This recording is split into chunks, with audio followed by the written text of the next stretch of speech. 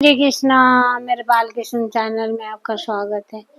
श्री गणेशाय नमः, श्री सरस्वती नमः, श्री रामानुजाय नमः।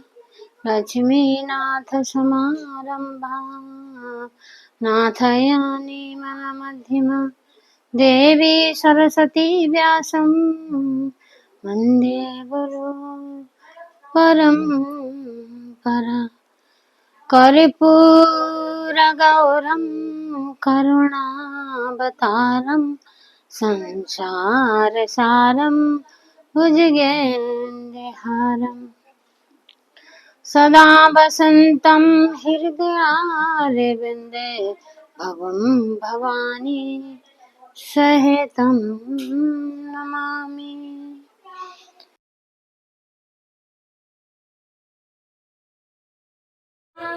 रामायण जय जय नवल किशोर, जय गोपी चित चोर प्रभु, जय जय माखन चोर।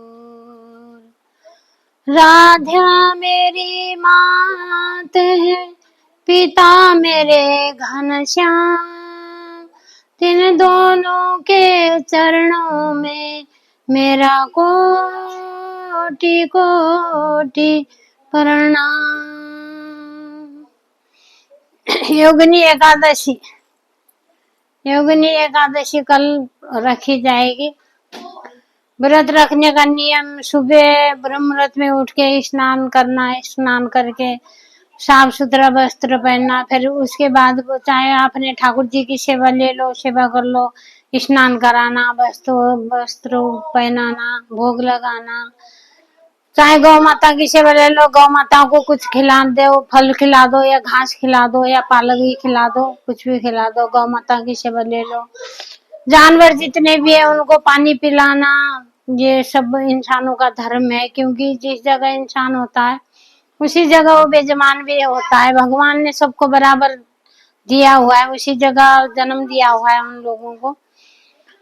तो गौ माताओं की सेवा करना, उसके बाद अपना 7-8 बजे का टाइम अपना संकल्प लेके पानी हाथ में, पानी लेके सीधे हाथ में एक बूंद पानी ले, तुलसी का पत्र, एक सिक्का, एक कुशा होता है, चावल नहीं चलते, जो तिल, काला तिल हो या व्हाइट तिल हो, जो भी तिल हो चलेगा, जो रख लेना। उसमें बस 3 बार विष्णु विष्णु कह के, विष्णु विष्णु अपना गोत्र, अपना नाम, अपना पता, अपना जो भी आपकी मनोकामना है, मतलब सकाम हो या निष्काम हो, जो काम, जो भी व्रत आप करना चाहते हो, सकाम करना चाहो तो वो भी संकल्प में बोलना होता है, निष्काम करना चाहो तो भी संकल्प में बोलना होता है।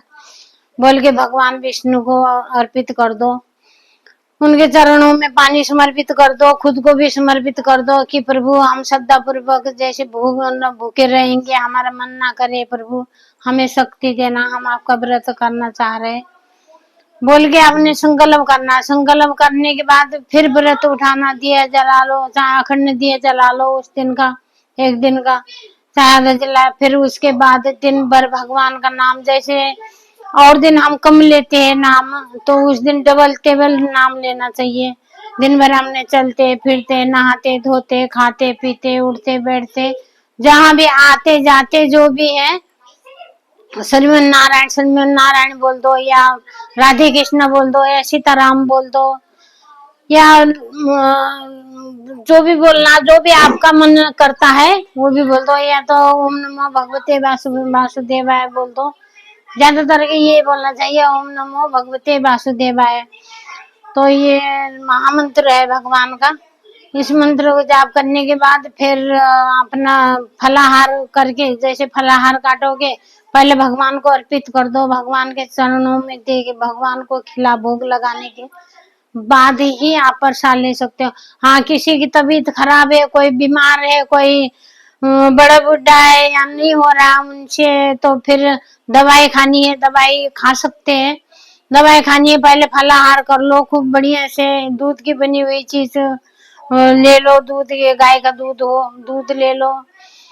तो उसके बाद कुछ खा के फिर आप दवाई खा सकते हैं। ऐसा नहीं है कि फिर बड़े बड़े बुड्ढों के लिए तो ऐसे, बीमारों के लिए तो ऐसे माप है, भगवान ने माफ करा हुआ। एक बार क्या हुआ, युधिष्ठिर पूछते हैं श्री कृष्ण को कि हे प्रभु, ये जो योगिनी एकादशी है, आषाढ़ माह की कृष्ण पक्ष की जो एकादशी है, शुक्ल कि एक शुक्ल पक्ष की होती है, कृष्ण पक्ष की होती है, महीने में 2 ही एकादशी होती है। कृष्ण पक्ष की आषाढ़ माह की जो एकादशी है, योगिनी एकादशी, इसका क्या महत्व है, क्या किसको क्या फल मिला है, आप कृपया विस्तार से मुझे बताइए। युधिष्ठिर कहते हैं श्री कृष्ण को। श्री कृष्ण बोलते हैं कि सुनो, मैं बताता हूँ कि क्या हुआ था। एक बारी जो कुबेर है ना, धन के देवता, जो धन के राजा जो कुबेर है, कुबेर क्या करते हैं, कुबेर शिव जी की प्रार्थना करते हैं, शिव जी का सेवा करते हैं, शिव जी की पूजा करते हैं, शिव जी का लिए फूल माला जो भी नहाना धोना उनके लिए करीब है ना, पूरा दिन भर ही कुबेर जी शिव जी की पूजा करते हैं। शिव जी की पूजा करते हैं तो फिर उन्होंने बोला, जो उनके साथ फूल वूल लेने के लिए जाते थे, हिममाली था उसका नाम, हिममाली को उन्होंने रखा हुआ था अपने पास हर सेवा के लिए, जैसे फूल लेना हो, जल लेना हो, उधर साफ सफाई करनी हो, सब कुछ करने के लिए। वो तो खाली पूजा के लिए बैठते थे, वो जाप करते थे भगवान का, शिव जी का। तो उसने हिमालय जो है फूल लेने चले गया तो वो पूजा में बैठे हुए हैं कुबेर जी, वो आए नहीं, अब आए नहीं, तब आए नहीं, देखते रह गए, बाट देखते रह गए, फूल लेने गया हुआ था, अभी तक आया नहीं है।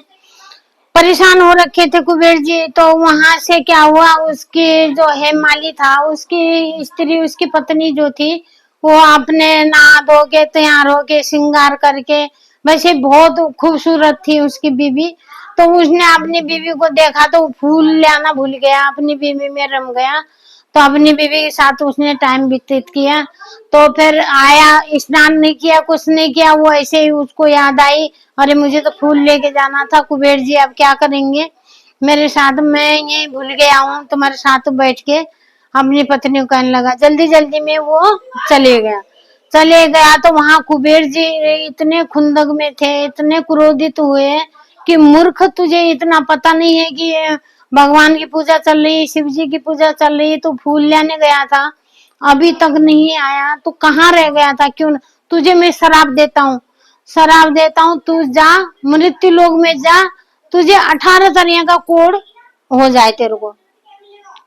कुबेर देवता ने शराब दे दिया और हाथ पैर जोड़ने लगा कि मुझे गलती हो गई प्रभु, मुझे माफ करो, मुझे ऐसी सजा मत दो, मुझे इतना बड़ा शराब मत दो। तो फिर भी कुबेर जी ने शराब ही दिया, तुम मृत्यु लोक में जा और जाके तू दिन रात बेचैन रह, और ये 18 धनिया का तेरे को कोड़ तेरे ऊपर आ जाए।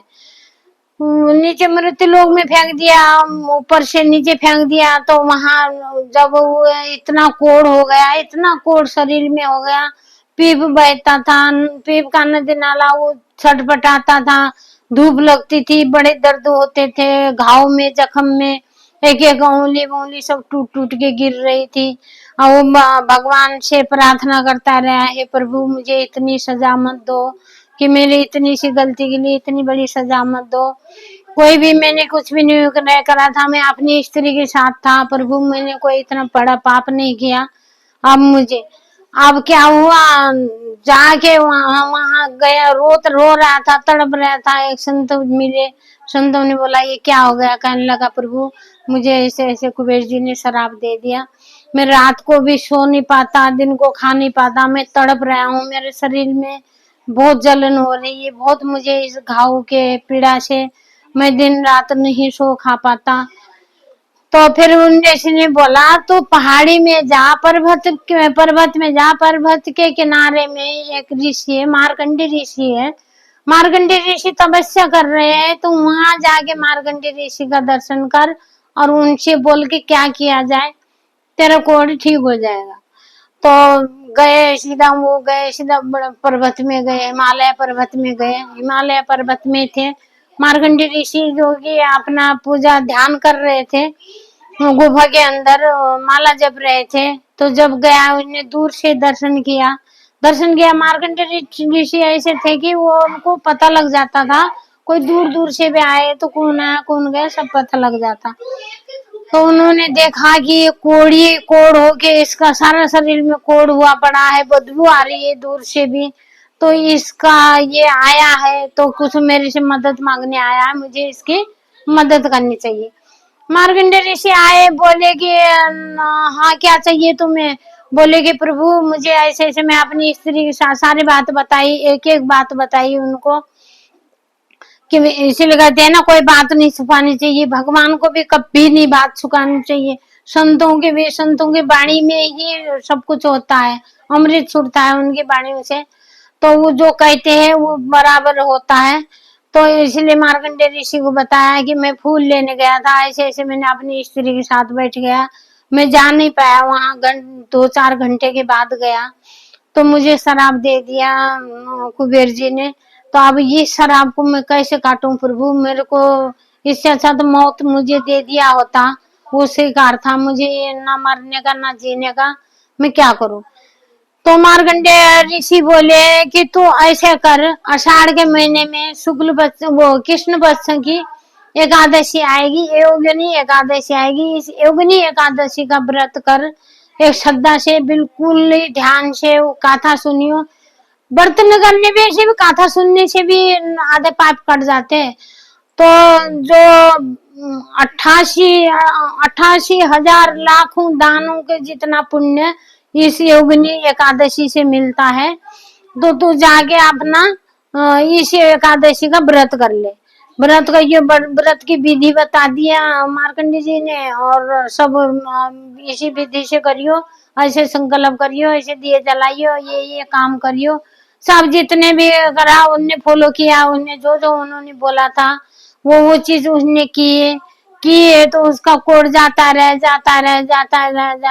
तो ये तो भगवान श्री कृष्ण कहते हैं, देख जिस एकादशी से कोड तो घट गया, कोड भी नहीं रहा, तो उस एकादशी का क्या महत्व तुम पूछोगे, क्या महत्व जानना चाहोगे? कि कोड जैसे सबसे ज्यादा गंदा रोग होता है कोड का, सबसे ज्यादा तकलीफदायक होता है कोड, क्योंकि वो जलन फोड़े जैसे होते हैं, तो आग जलती है शरीर में, वो इंसान बर्दाश्त नहीं करता। ये योगिनी एकादशी ऐसी है कि जब ये 18 तरह का कोड को हटा सकती है, फलदायक है, इसीलिए इस एकादशी का व्रत सबको करना चाहिए। जय श्री कृष्णा। सबको इस एकादशी का व्रत, इस एकादशी का फल हर किसी को लेना चाहिए।